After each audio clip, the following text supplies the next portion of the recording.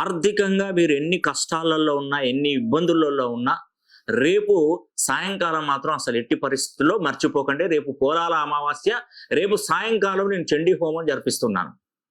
ఈ చండీ హోమం అనేది కూడా ఎవరెవరు జరిపించుకోవాలి? ప్రతి ఒక్క రాశి వారు జరిపించుకోండి. ఎందుకంటే శ్రావణ మాసంలో పూజలు నిర్వహిస్తున్నటువంటి వారు, శ్రావణ మాసంలో ముక్కోటి దేవతల అనుగ్రహం మనకున్నటువంటి మాసాలలో శ్రావణ మాసానికి, కార్తీక మాసానికి ఎక్కువగా పవర్స్ ఉంటాయి.